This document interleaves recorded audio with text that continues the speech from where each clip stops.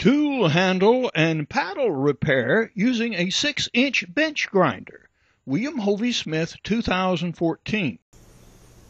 This is Hovey Smith, the backyard sportsman, and we have some new tools in the house. Yep, we finally broke down and bought a grinder. I've been sort of needing one of these things for years, but have put off buying it because I had such occasional use for it. Well, now that I got it, I find I really like it and have a couple of projects doing with it right this second. One is I'm rehandling a maul. This is an 8-pound maul, and I broke the handle on it while working up some really big wood. So we have already ground it to very nearly fit the head right here, this big fella, and we have slit the top here with a wedge with a new attachment to our brand new cordless drill. Wow! Yeah, we joined the real world, the 21st century even. Okay, so we do have some new and useful tools.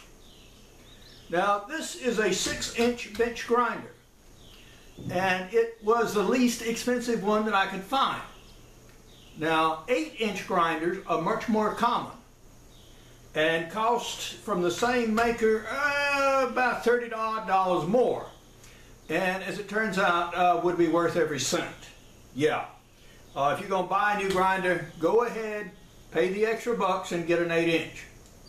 The reason being is that the accessory wheels are much easier to find in 8-inch than 6-inch, and you can actually drag this grinder down by putting load on it because the engine is just not quite powerful enough. So, okay, if you're going to get one, get the same model, but get an 8-inch rather than a 6. All right? We are going to try fit the handle to the maul and see how we do here. Now the hole in the head of the maul is tapered, so of course you want to put the larger end on. Okay, and it crunches down a little bit, which it should. Okay.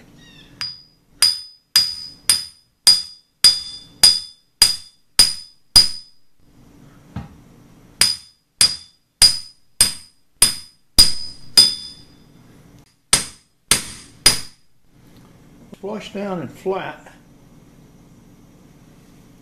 Okay, so we're going to put this in a water bucket and let it expand, and that should pretty well seat this maul head. Yeah, that looks pretty good actually. Now the grinder comes with all kinds of accessories such as safety shields and spark shields here. And I must tell you of necessity that yes, you should only work with these accessories attached to your grinder. Yeah, got to tell you that. Now, it also has lights, and it runs very smoothly. Not terribly much noise. Okay? Now I have another repair job underway. And that is a broken boat paddle. Ooh, yeah, this is pretty seriously broke. So what I'm going to do is take this piece of tool handle, turn it down to fit inside, and then screw it to rejoin both parts of the handle. Now needless to say, I have to reduce the diameter of this tool handle considerably. Whoa. Yeah, really do. But the grinder does it very effectively. Just to demonstrate.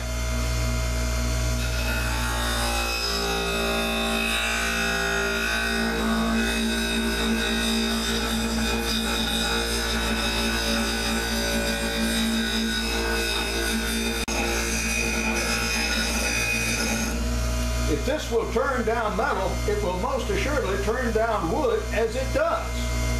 So if you have to rehandle tools, sure, the grinder does very nicely for this woodworking task. So I'm going to be about this until I get the handle down to fit.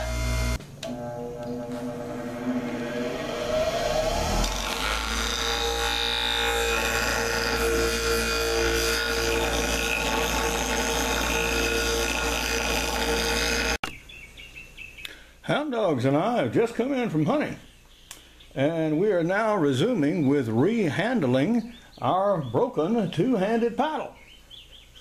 And as you can see, we have reduced it considerably here, but still have a section to go.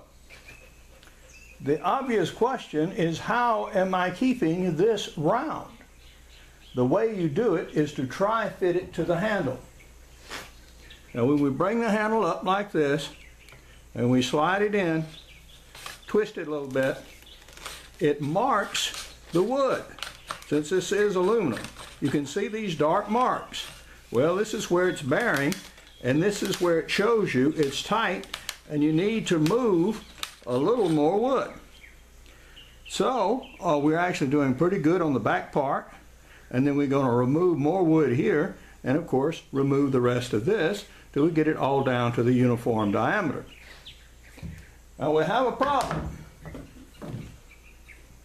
and that is with this handle. When it buckled, it also changed sizes and dimensions. So this is no longer round, it's actually oval.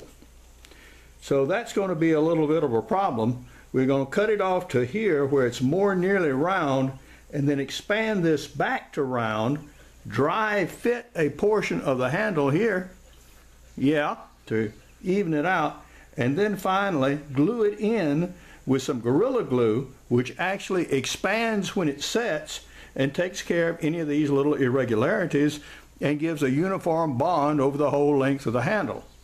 We'll also further secure it with some screws. All right, so we proceed to grind away again. Thus far, I would say we had about, say something like 20-25 minutes in the work in total grinding time to date. But now we resume.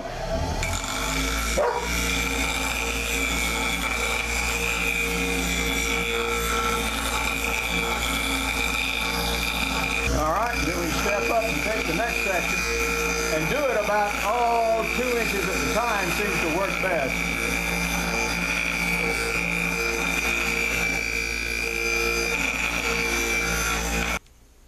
We now have the two parts of the handle where we can actually put them together, and you see our piece of reinforcing wood has now been turned, and it will be a smooth fit inside the half of the handle that's more or less together.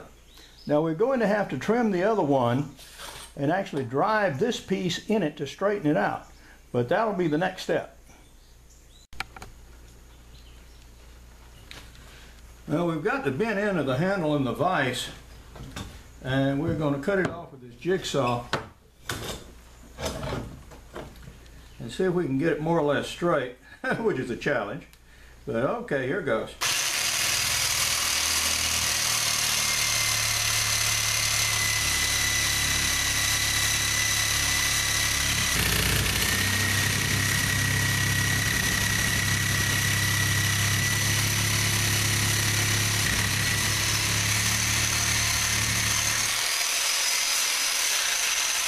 Okay, well, got that done. For handheld, that's not too bad actually.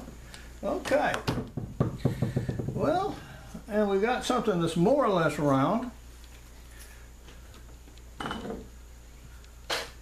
Take my pocket knife and chamfer the inside a little bit.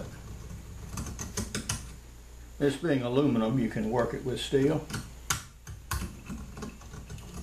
That gets little offending shreds of metal off.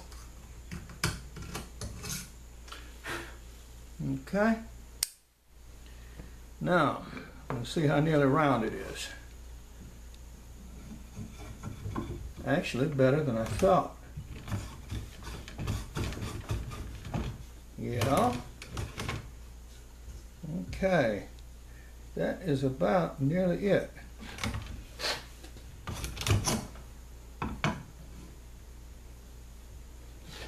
Pick out the halfway mark here, which I will say is going to be right about there.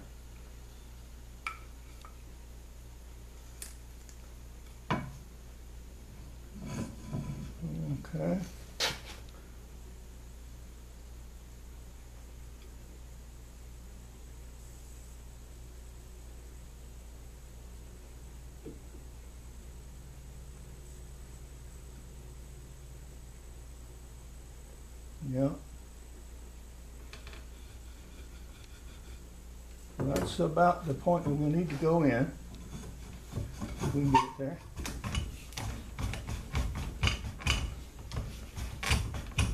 Yes, we can. Okay, that's good enough. Now it is Gorilla Glue time. Yes, sir. And here is same. And we will proceed to apply it and stick it in there. We have gone ahead and cut the piece, the repair section, in two now.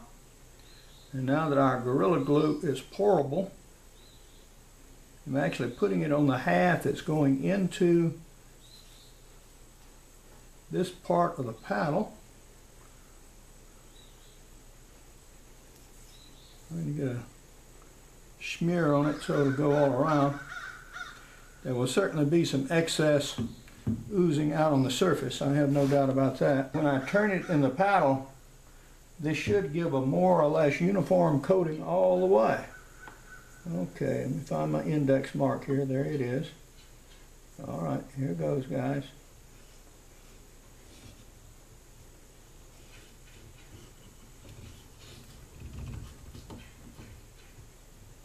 Okay. We come to the index mark right there. All right.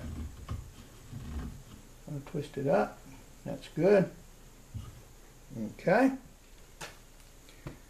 Now you apply similarly to the other side.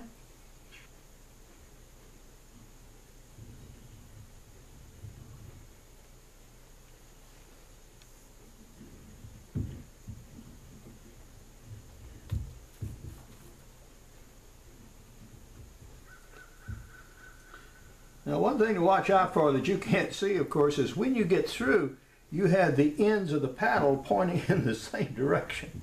Or it would be rather awkward to paddle if one was pointing one way and one another. Okay.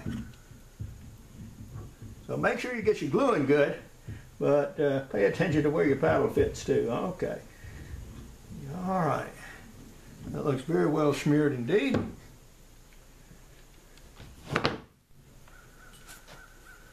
And now, the moment of truth, and we fit. Okay. Going on nicely. Nice uniform coating. Get plenty of extra. Okay. We got the paddles uniform there. All right. We've got plenty of extra glue on the bond. And leave it for about 8 hours. Use of the grinder has allowed me to salvage a rather expensive canoe paddle behind me. And we also, as you will recall, did put a new head on this maul.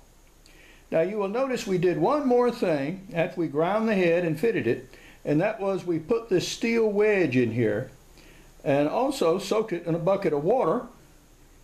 And I've used it subsequently to help split a tree that was nearly 30 inches in diameter. So yeah, the maul rehandling did very, very well indeed, and I have no doubt that the canoe handle repair will be equally successful. Now, if you were out in the Boundary Waters canoe area and you broke your paddle, what would you do?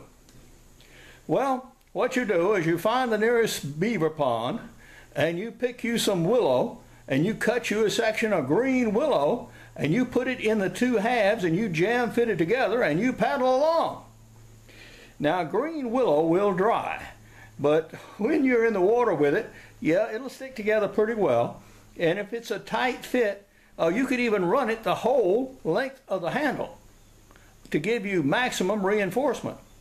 If you had nails, yeah, you could fix it with a couple of nails if you could drive it through the aluminum. But yeah, this is the way you repair these aluminum handles when they break on you. For now, this is Hovey Smith, reminding you to hunt what you eat and eat what you hunt. Be legal, be ethical, be safe, goodbye, God bless, and see you next time. Among my prize-winning books are Extreme Muzzleloading, Backyard Deer Hunting, Crossbow Hunting, and Practical Bow Fishing, and all of these available as softcover and e-books. I have an 8-book e-book series out for 2013-14, including Muzzleloaders for Hunters. Now, I had already cut some green wooden poles to use for this repair, but elected to use the hard old ash from a tool handle to make a stronger repair of this paddle. Now, when you are canoeing, always take an extra paddle with you, as well as a small hatchet and knife to make needed repairs as they may be necessary. For info on my books, blogs, and more than 350 videos, go to my website, www.hoviesmith.com. Good hunting and good eating from the outdoors. Goodbye, and God bless.